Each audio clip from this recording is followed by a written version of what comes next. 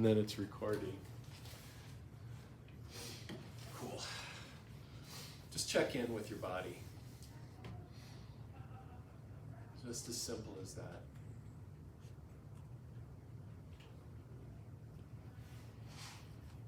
If you need a structured way to do that, just do a scan from the top all the way down to your toes.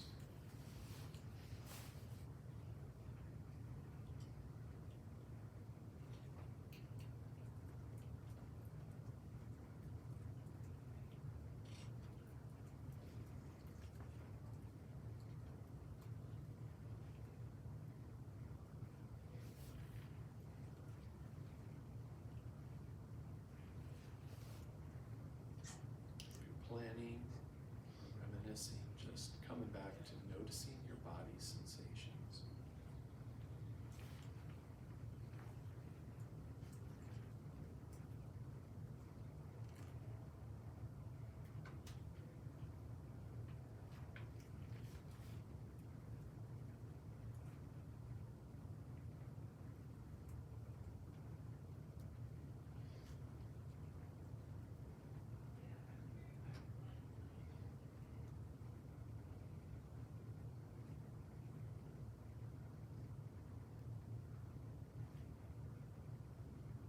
Coming on back for some calculus, if you have left. All right, we got a web work floating around. Anybody want to talk about that web work?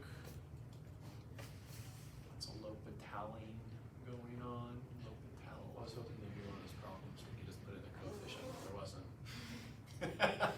I was looking for those big numbers. Yeah, sorry, yeah. I'll hook you up with one. So no questions on the web work?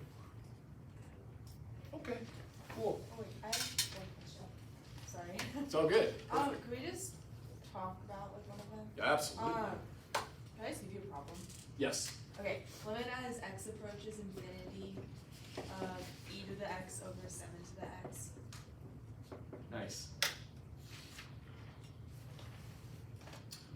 Oh, that's a good one.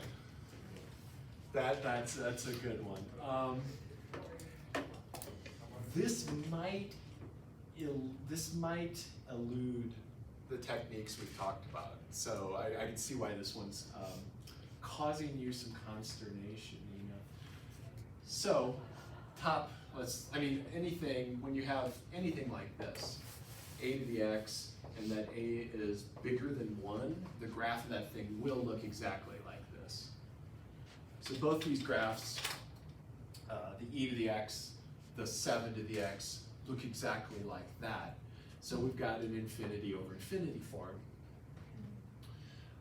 And so it's theoretically L'Hopitalable. So let's just try that. And we're going to use this rule.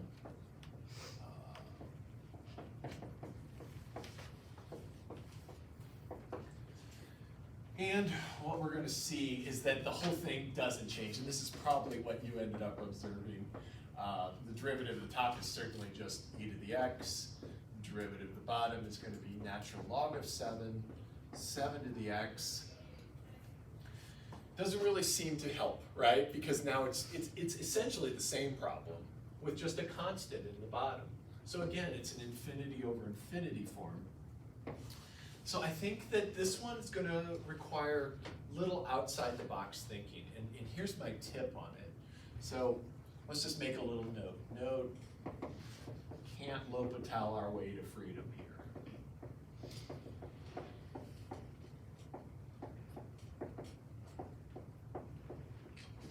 Because it really doesn't change all that much at all. And that's what the power of L'Hopital's rule is. Turn this into something I can deal with emotionally and mentally. So this thing here, what I would do is do a rewrite of it. And I'm going to rewrite this as limit as x goes to infinity of e over 7 to the x. And then what I would recommend is maybe getting a graph of this out. And I think that'll get you your answer. No, I got the answer. I was just Oh, okay. just a little bit confused on the why. Yeah, well, let's talk about it a little more then. Cool. So if you sketch out the graph of that, you'll get the answer, especially if you zoom way out to on the right positive x-axis. But let's just think about, oh, okay. So the graph of this thing when a is greater than 1 looks like that. When a is less than 1, the graph looks like this. So for example, if I had 1/2 to the x, let's actually just think about this. What does that mean? So for example, if I have 1/2 cubed, that's a half of a half of a half, that's an 8. If I have 1/2 to the 4th, that's half of the previous thing, that's 1/16, and so on. So as this exponent goes up, I'm taking half of previous things, and it's diminishing me as I move out to the right. And so when you have a graph of y equals a to the x, looks like this if a is less than 1. And then the question to us becomes, what is this quantity, e over 7? Is that less than 1 or bigger than 1? Less than 1. It's definitely less than 1, right? Because this is like 2.7 over 7. So this quantity right here is actually less than 1. And that would probably be the better way to maybe understand why it's what it is. Other question? That's a really good question. Other things to chat about. So on that assignment, I mean, worst comes to worst. Get out Desmos and graph the thing you're trying to figure out. That might be how you're doing them anyway, I don't know. But looking at a graph can sometimes really cue you in on the right. Sorry, so I thought there was somebody in here talking. Somebody on the phone. Alrighty, friends. So if there's no more questions on that, we're starting some new stuff.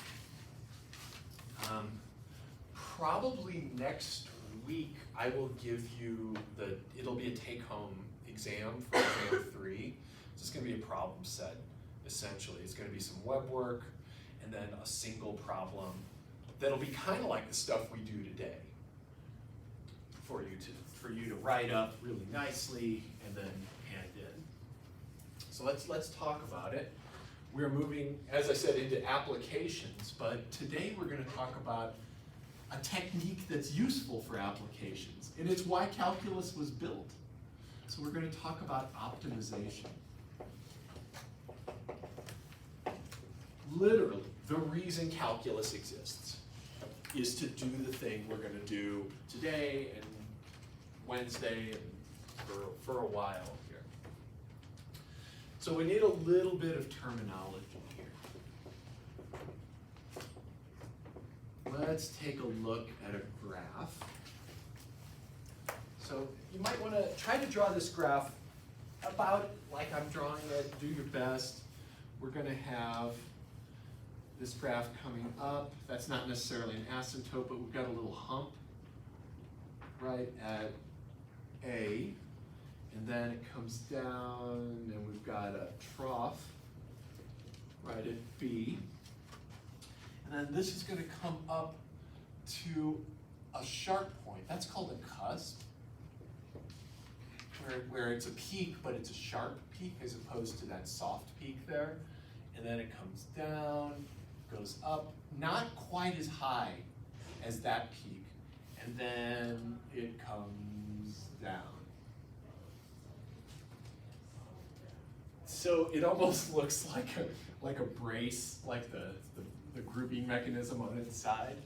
I didn't realize that. But let's label some other points here. So this is going to be C at that Sharpie. That's D. And then E here as well. So the whole idea is that we want to have a new terminology to be really refined when we talk about largest values and smallest values, maximums and minimums. And here we see a lot of that kind of activity going on. So let me give you some points, or pointers. First off, we have what are called local maxima, or local maximums. And you could, maxima is the Latin plural for that, I believe. But we'll call them maximums at A and C and E at x equals A, C, and E. What do I mean by a local maximum? Local maximum means if I'm at that point, in every direction I look, which is only two directions here, because this is a 2D thing, I go down. So a local maximum means that at this point,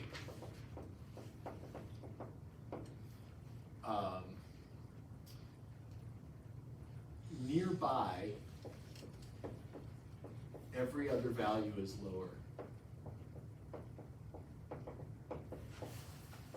The key is nearby. Just in a tiny little bit. If I move just a couple steps this way or a couple steps this way, I go down.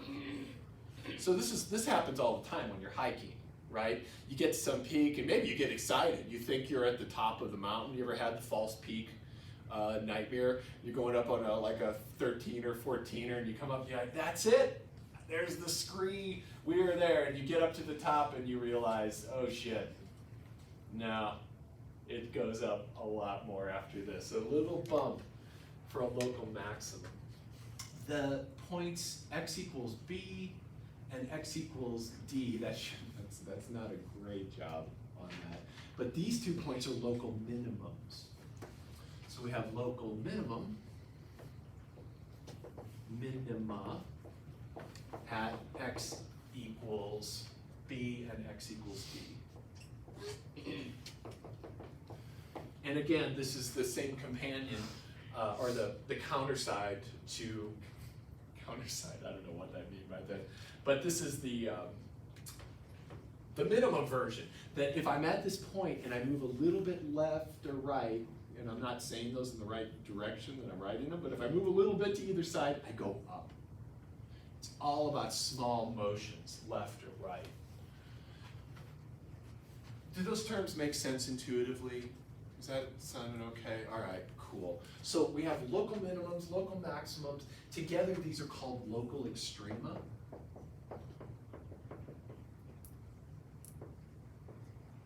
That's just the generic term for local min or max. We don't know what they are necessarily.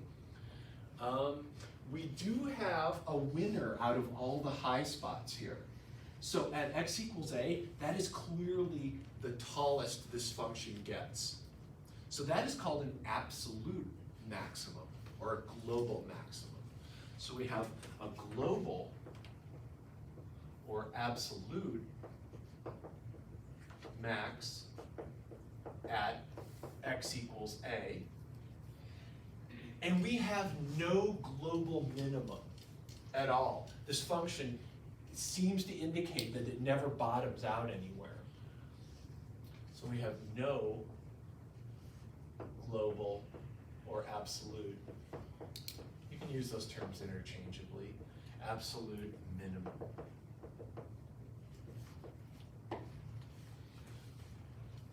That's the terms. Yes, ma'am? What would global absolute minimum be? It would look, you're a great question. So that would look something like this, Alma. Let's see. So we go like this, and so this right here would be a global minimum. Well, let me make sure that this thing looks like it's cruising up in both directions. So this would be a global minimum. Does that make sense? Yeah. Good, good.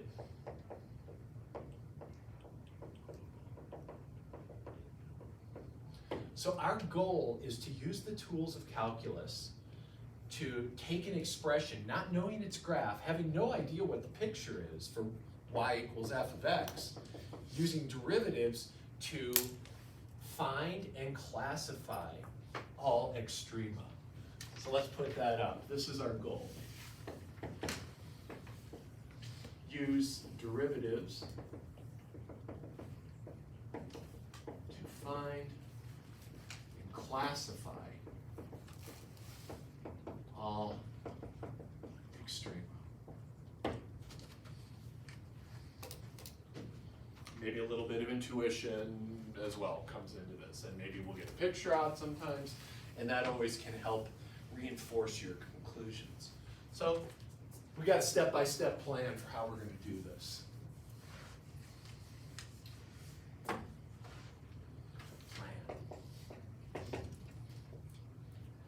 So we're going to be given y equals f of x, and we want to find and classify the extrema.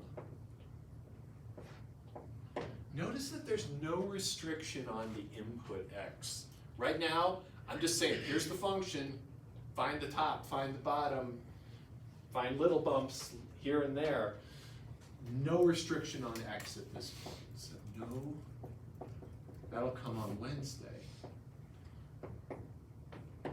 So sometimes this is called unconstrained optimization.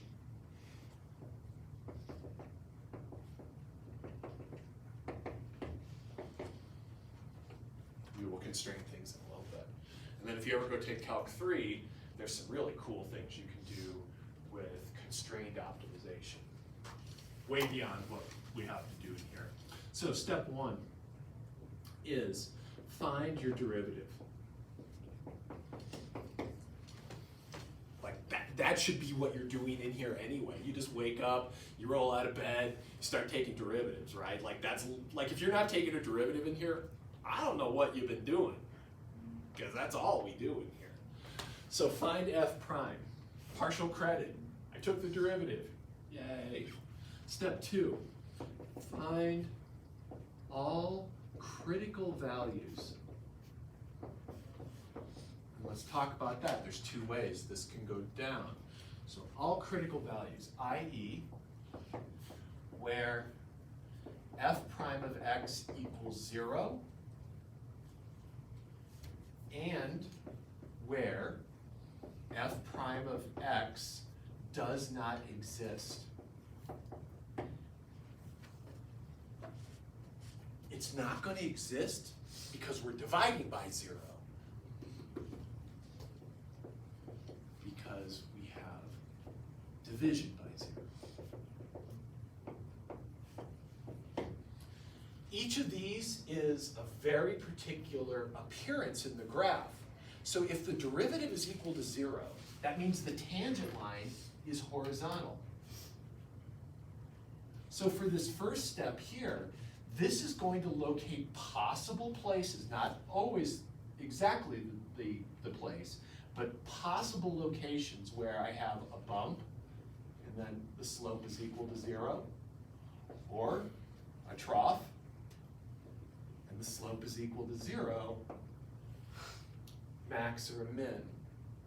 Maxes and mins can only occur where the tangent line is 0, or where the tangent line becomes infinite in its slope. What does that look like? That looks like a cusp. So when this happens, this implies you have a cusp.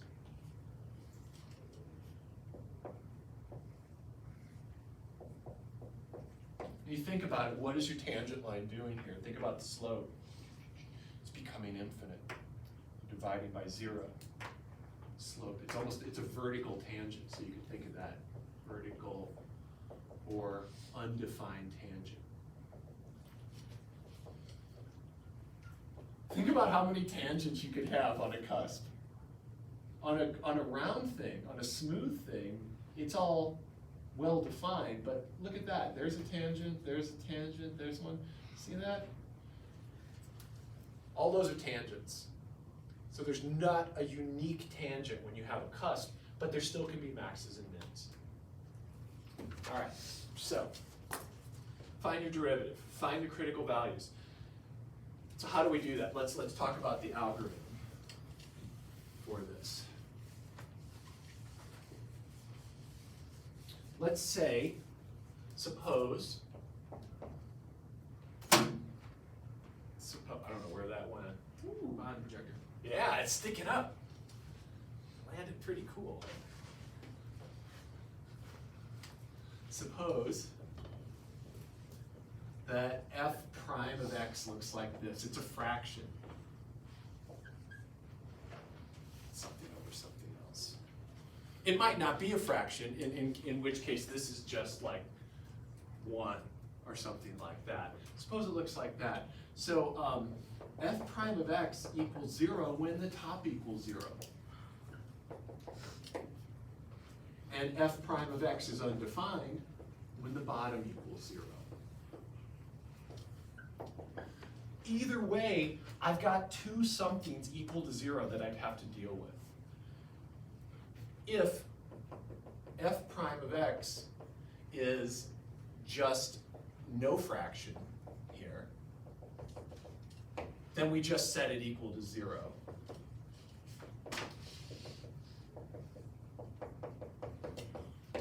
Key thing is, I'm going to solve equations. Solve the resulting equations. This is where I see some pain coming in our class. We haven't done this yet. We've taken derivatives, but we haven't solved, so we're going to spend some time practicing this and looking at little tips on how to do it. That's step 1, find the critical values. I'm going to outline the whole thing. Shit, maybe we should have an example as we go along. Yeah, let's do an example so that we can anchor this. So let's see here, example that goes along with each step. We've got f of x equals 2x cubed plus 3x squared minus 36x plus 2. That'll make life easier. Now I'm getting work done. I'm getting all sweaty. What a great thing to hear, sure. So, can you please find f prime? I know that you can. Would you please?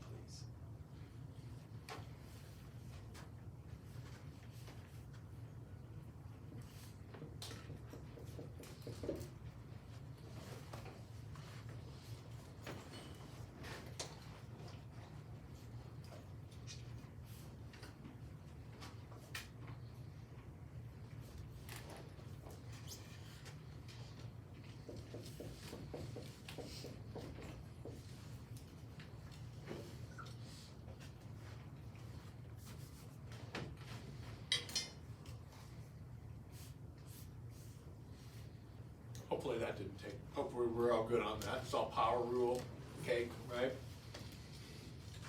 Next step, I don't have a fraction, so I'm just going to set it equal to 0. So at this point, we're going to set 6x squared plus 6x minus 36, setting that equal to 0 and solving. Oh, so you don't just substitute x with 0? That is correct. Nope. That would be too easy. That would be too easy. Oh, Yes, say sir. negative 36? No, you wish. You wish. We're going backwards. We're finding what makes it 0. Any suggestions on how I could solve this? Factor out of 6. Oh, I love that, yeah. Just divide through by 6 if I want. Let's do it slowly. So I can factor out of 6. And then I could divide through by the 6. That's just a constant, so I'm not losing any information.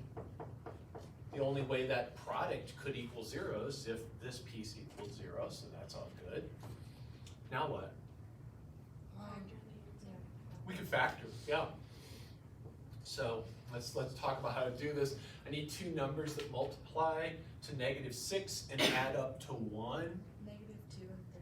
Beautiful, thank you. So -2 and 3. So we're going to have a +3 and a -2 equals 0.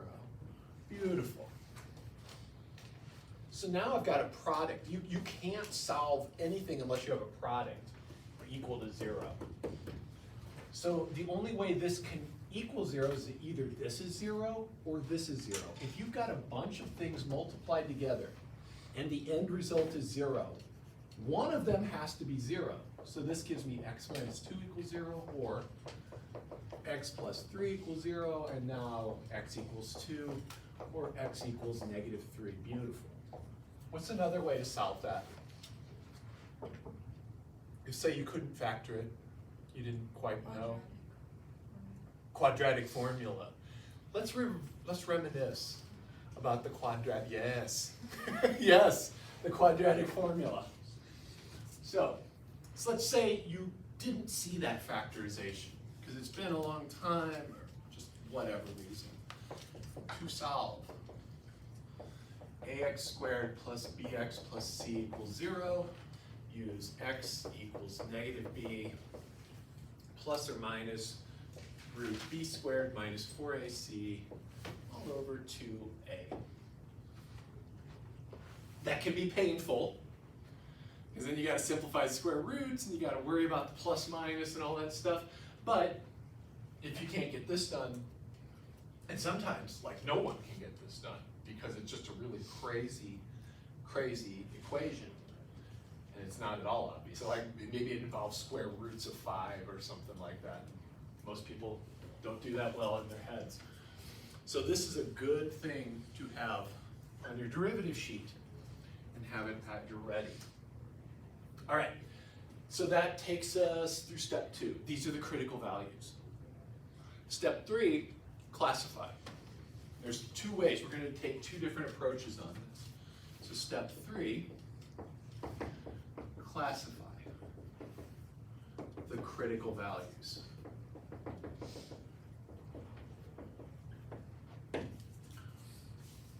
Let's go with the easy route first. I think it depends on what you like to pay for. Right? And you'll see what I mean in just a second. To classify the critical values, we can easily do it using a thing called the second derivative test. So method 1. Second derivative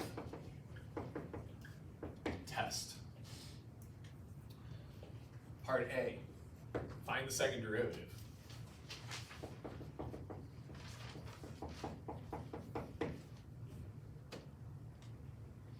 Here, let's see, what do we got? So we got our first derivative there. So f double prime of x is the derivative of the first derivative, so that's just 12x plus 6.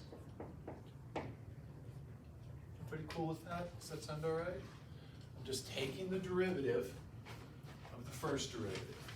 It's the second derivative. Now this thing here tells me about concave up or concave down.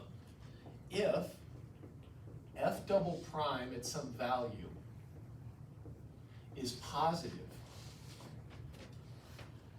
what that means is that the first derivative is increasing, right? Because I have a positive derivative of something. If that derivative is positive, that means your tangent slopes are increasing as you move from left to right, and you are concave up. So don't need to even understand that, but it helps. This means that the graph is concave up at that value. First derivative is increasing. If f double prime of that value is negative, then the tangent slope is decreasing as I move from left to right, and the graph is concave down like this.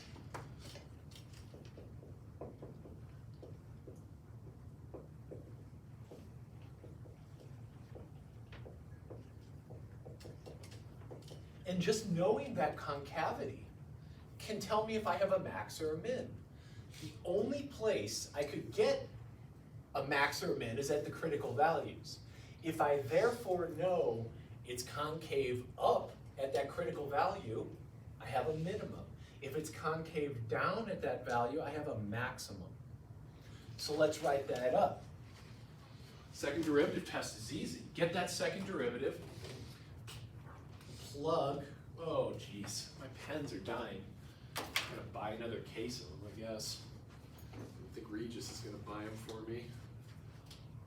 Rather just give me a raise. I'll keep buying my own damn pens. Oh, come on. All right, we gotta go into the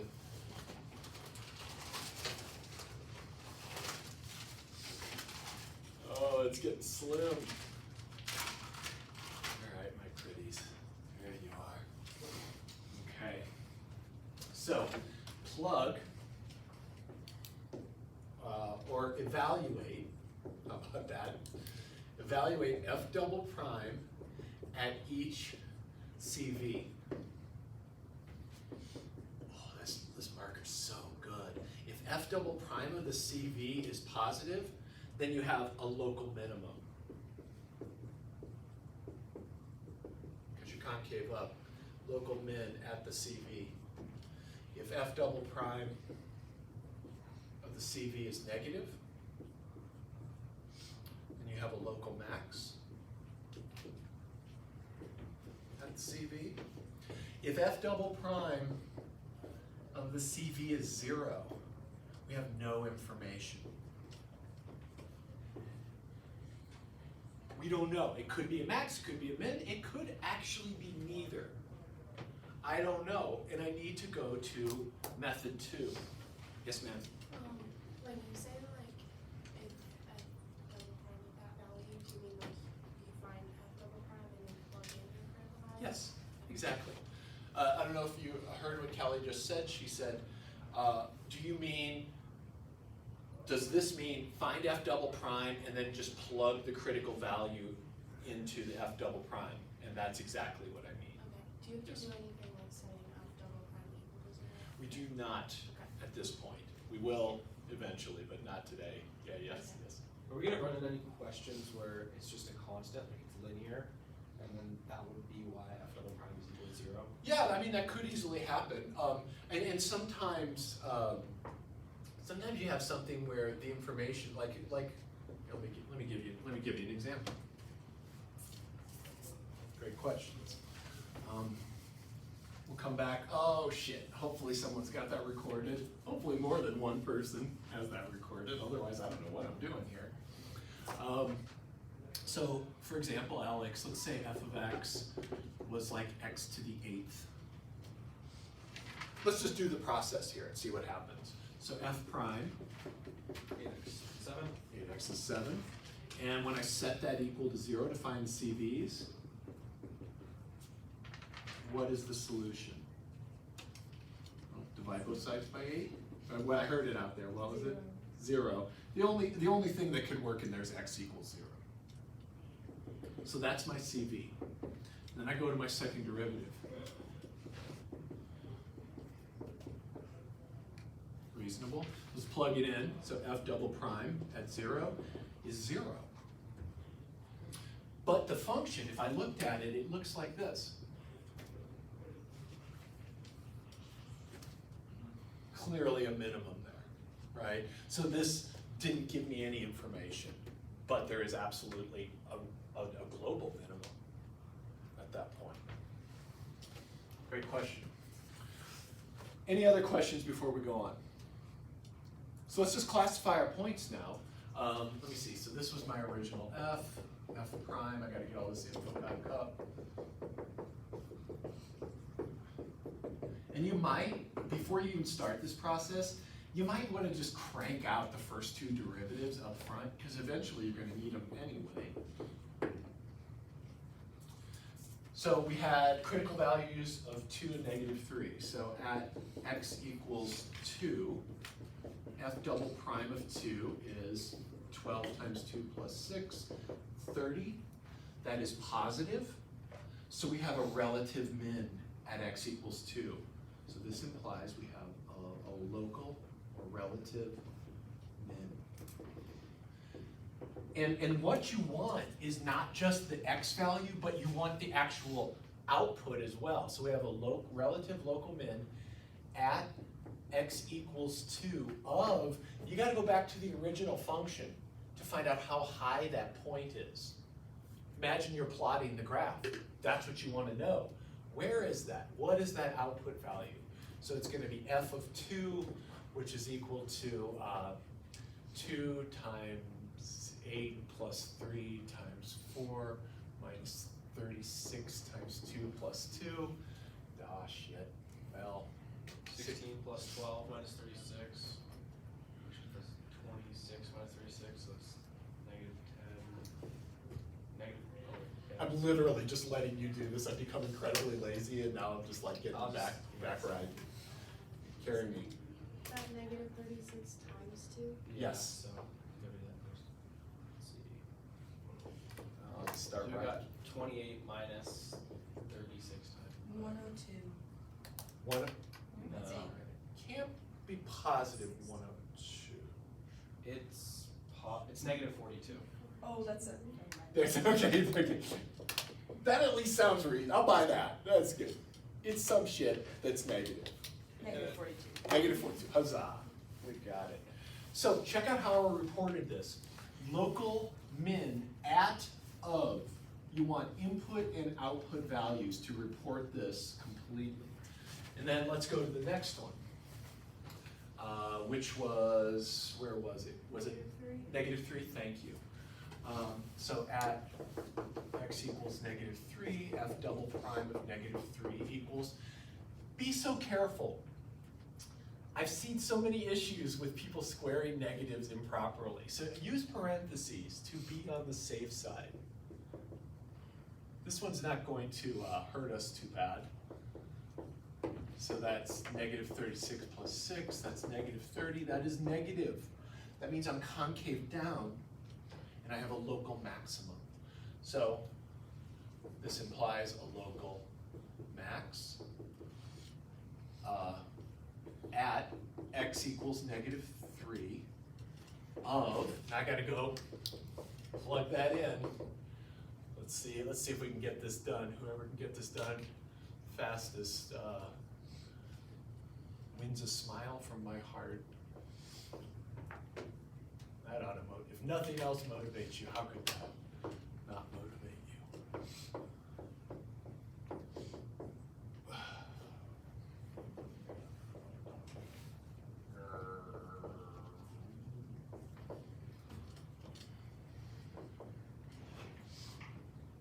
I don't know, 108. I think that's right. Ah, shit. I think it's just 2. Because I think this is, no, It's 29. it's positive 29? Yeah. That's negative 54 minus 27. Okay.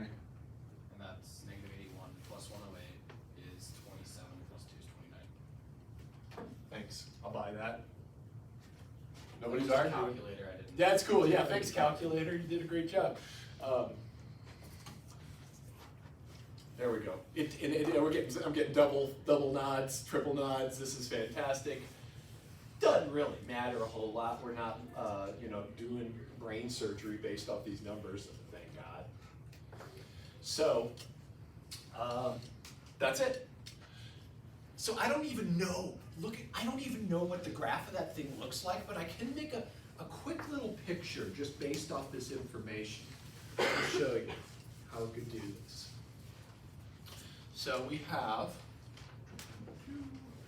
all right, so at x equals 2, we have a value of negative 42 coming out.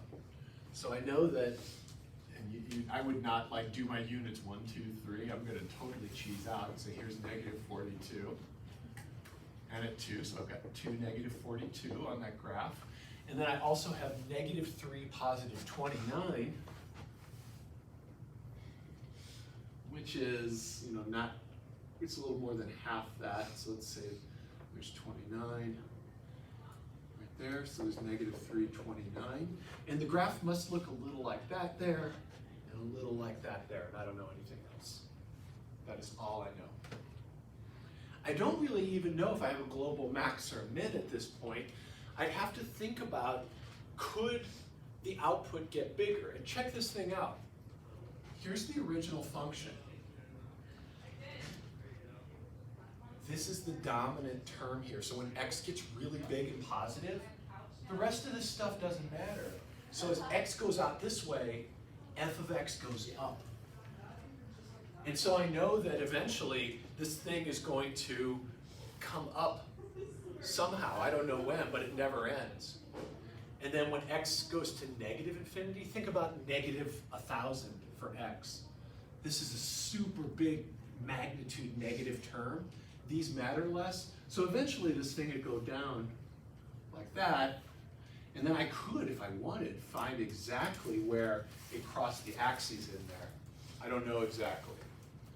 But I have a sense of what this must look like that, roughly. And I've got the pertinent details I was interested in, which is these relative maxima and minima. All right, any questions on that? Because I want to show you the second method, which gives us maybe a whole more global picture. You could always roll with this first and second derivative test. It's a really well-defined thing, very nice. But here we saw it didn't work. And it won't always work. Sometimes that second derivative might be so beastly that you just don't want to deal with it. So, method 2 is the first derivative test. So notice method 1 was find the critical values, use the second derivative test. Method 2 is just go straight to this first derivative test, and you could come here if you wanted to at the beginning. So this is the first derivative test. I like showing you that one first because I think it's, if you can go that route, you're going to be a happier camper. First derivative test. Again, step 1 is find the critical values.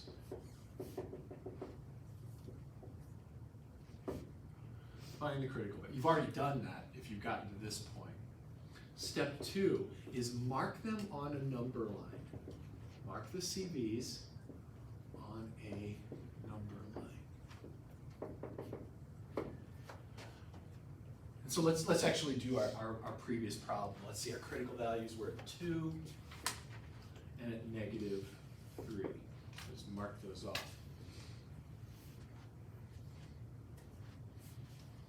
These are the locations where that derivative is dead. It's 0. So this we know that f prime equals 0 here and f prime equals 0 here. It can't equal 0 anywhere else because we would have found that. Step 3 is notice that these critical values divide the line into regions. And what we're going to do is we're going to test the sign of the first derivative in each of the resulting regions. So let me try to write that up. Note that the CVs split the line into regions. Is it always 3 distinct regions? Not necessarily. If we only had one critical value, it'll be one more than the number of critical values you have. Does that make sense? Yeah. I like that. Let's put that in here. It will be number of CVs plus 1 equals number of regions. If you only have one critical value, it cuts the line into 2 pieces. That's cool. Nice observation, Alex. So note that the CV split the line into regions. We're going to take any point out of each region and find the value of the first derivative there. So let me write that up. Step 3 continues is test the sign, SIGN, of f prime of x in each region. And what do I mean by that? I.e., pick a point in the region, plug it into f prime.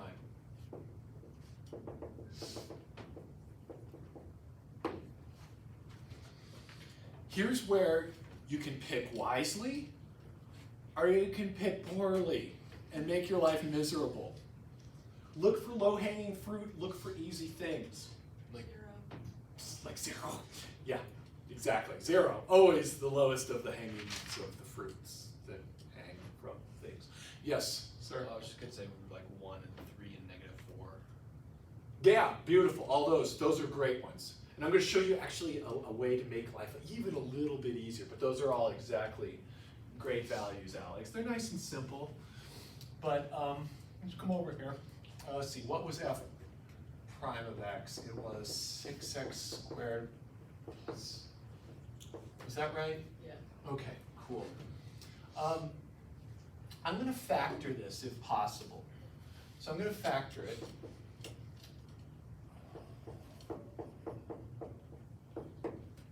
Wait, the sec, oh,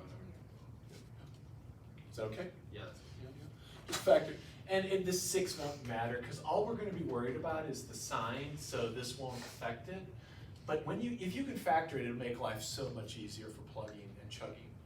Because we don't care about specific values. I only care, is it up or is it down? Is it positive or is it negative? I don't give a shit about the exact value. And that's what makes this process potentially easy. So, come over here. Always go for 0. Here I'm going to test x equals 0. If you can do that, please do it. If you can also use 1 or -1, those are great other, so like here's the tree of great fruits of math. Here's 0, and you climb up, there's a little branch there, and then there's 1 and -1. So go from there. So test x equals 0. F prime at 0 is 6 times a positive number times a negative number. Now I know that that's 6 times 3 times -2, but what I'm trying to emphasize here is I don't care. All I care about is it positive or negative? So this is plus times minus, it's minus. So it's negative in here. In this whole region, it's negative. To become positive, it would have to first cross 0, and it doesn't cross 0 in here. I know where it crosses 0. These 2 places. All right, so let's test a point out here. Watch this. There's lots of points out here to pick. Why not go for a really big one? Well, I'm going to test x equals 100. Why do I pick x equals 100? Because it makes it really clear that everything in there is positive. So f prime of 100 is 6 times a positive times a positive, because 100 minus 2 is positive. That's positive in the result. And then out here, let's test x is negative 1,000. So I've got f prime of negative 1,000 is 6 times what? What's the sign of the next part? Negative times negative. 2 negatives in a row, exactly. Neg, that's a plus.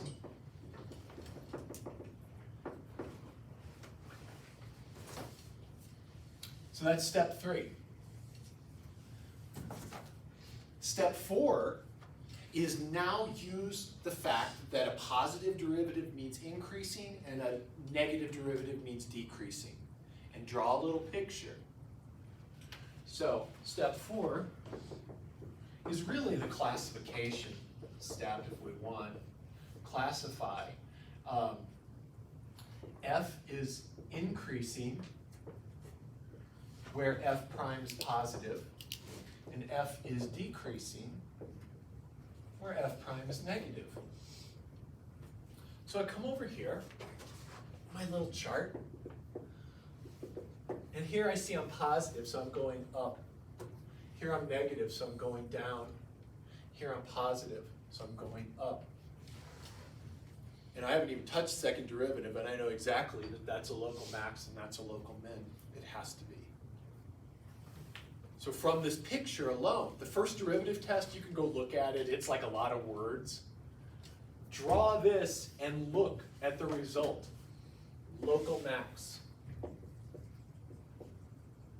at x equals -3. Local min at x equals 2.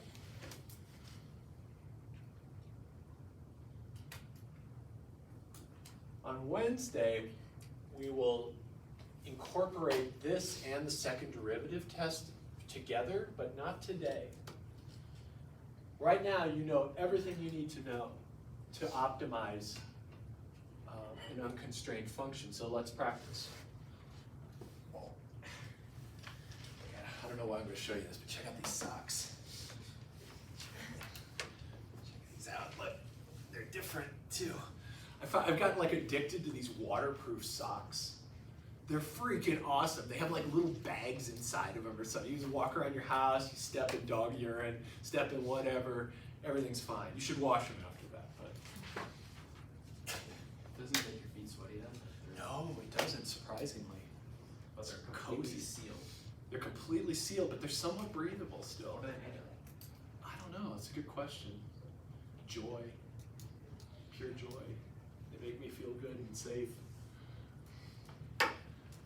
Talk about packing heat. This is the heat I pack to walk out of the house. All right. Sometimes I really wonder about myself. So let me give you one to do here. Let's practice. Practice this part. I want to practice the first derivative test. So you won't need to take a derivative here. That says practice. Very, very jacked up apparently. So suppose f prime of x is x minus 3 squared times x plus 1 times 2 minus x. So I've taken the first derivative for you, I factored it. Like that would have sucked to have done that yourself. Like that would have been a really rough patch mathematically. What I'd like you to do is find and classify the critical values. But you won't be able to find the output, but just where are the critical values and what is their nature. So use first derivative test to find and classify. See these, please. Use that make that number line.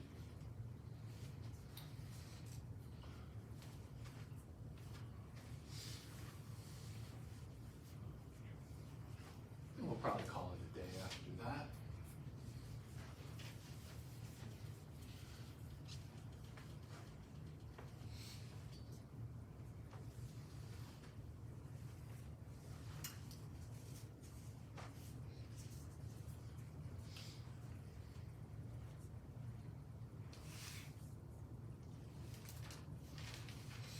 Yep, here, I'll put one more. Here's another one. Do it for that one and do it for this one too.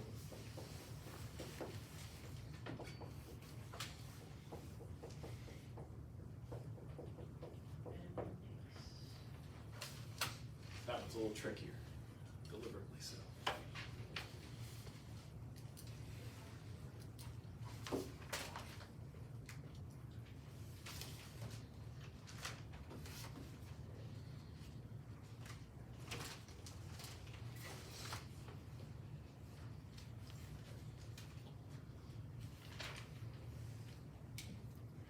We're in the restroom. We're right back.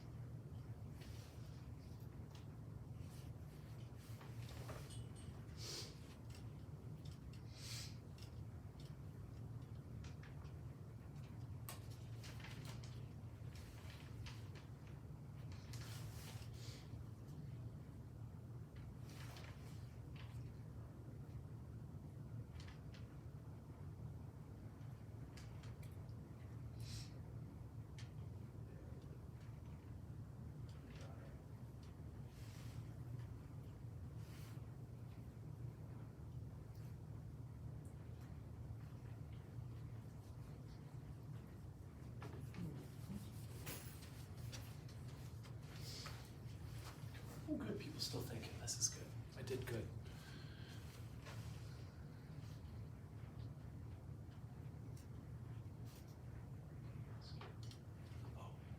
Oh, so here, you're making your life so much more painful, Fernanda. This is set up, this is a product. So it is going to be 0 when each part is equal to 0. Yeah. You're like, I mean, you're headed down a hellhole of enormous proportions. You are welcome. I couldn't let you go down in that hole. There's no return.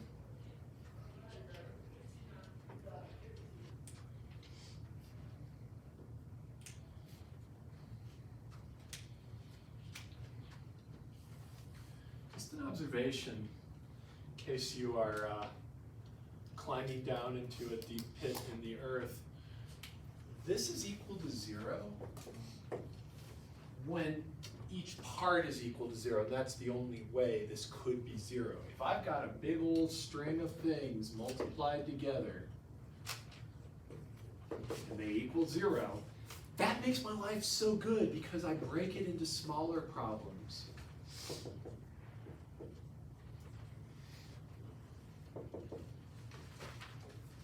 That's why I factored it, so your life would be good. So check this out. This is going to equal 0 when x equals 3, -1, or 2. Right? You just read those off of there. So we've got -1. We've got 2. I wrote that backwards to be a little deceptive. Here's 2. And then here's 3.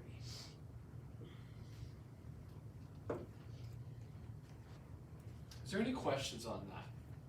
We haven't really done anything like this, so we might need to chat a little bit. Is everybody okay with that reasoning? Yeah? And then at this point, let's go through, let's do this one. I'm going to test a point over here. I'm going to test x equals -1,000 because it's easy to work with. So f prime of -1,000. This is always positive because it's squared, right? Doesn't matter what this turns out to be in here. I'm going to square it, and that becomes positive. So this is always a positive. This will be negative because it's -1,000 plus 1. And this is 2 minus a negative number. That's a positive number. Sorry, put negative. So the final answer is negative. So that means in this region, the function is decreasing.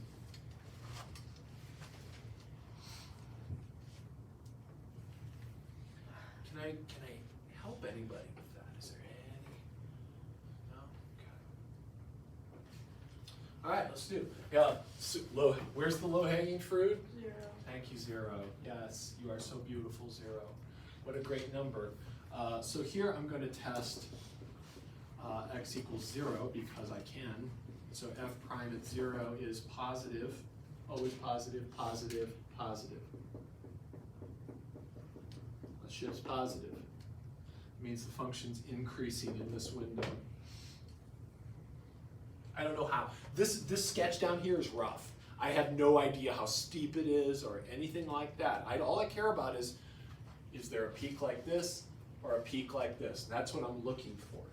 This is a qualitative analysis. We are not getting quantitative. So in here, okay, so now this is a little tricky. What's some good fruit in this patch here? 2.5. 2.5, I love it. So I'm going to test x equals 2.5 because it's right in the middle. And don't get stressed.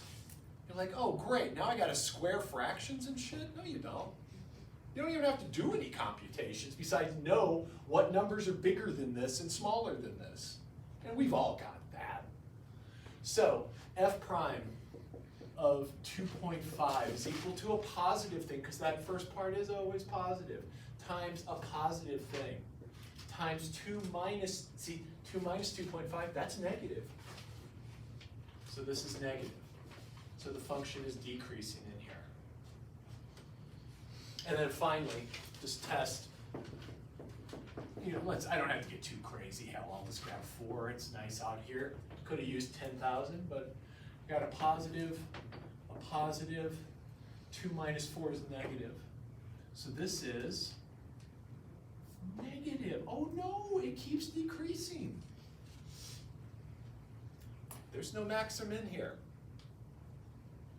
It went down on the left, or it's decreasing on the left, it's decreasing on the right. So this function, what probably happens is it kind of like levels out a little bit, but it still keeps, when you see things like this, that means it's bouncing off an axis. It's getting flattish on the axis when you see these higher powers.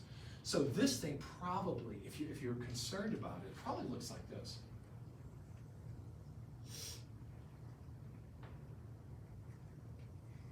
Something like that. It levels out a little bit, but it keeps on cruising down.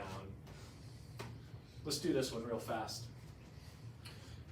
Critical values. Can e to something equal 0?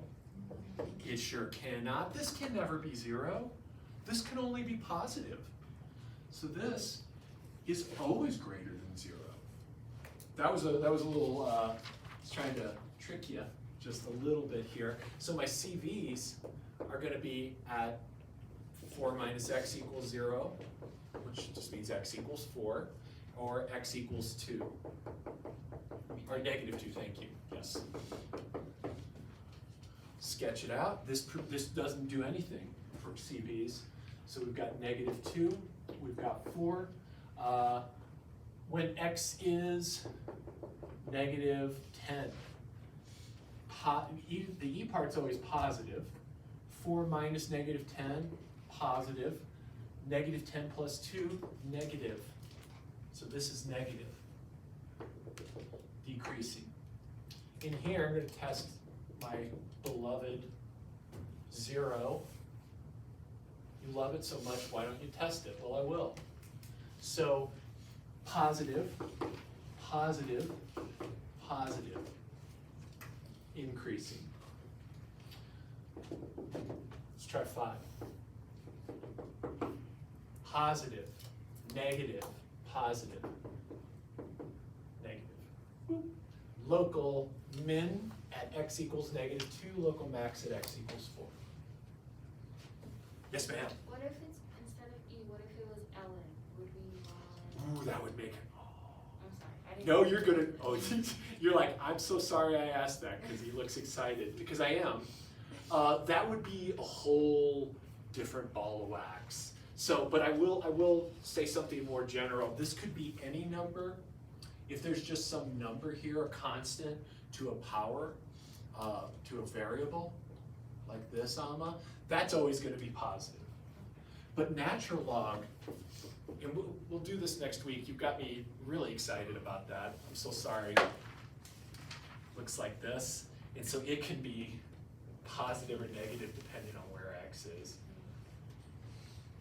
So, not today. All right, my friends, that's it. Thanks, everybody. See ya Wednesday.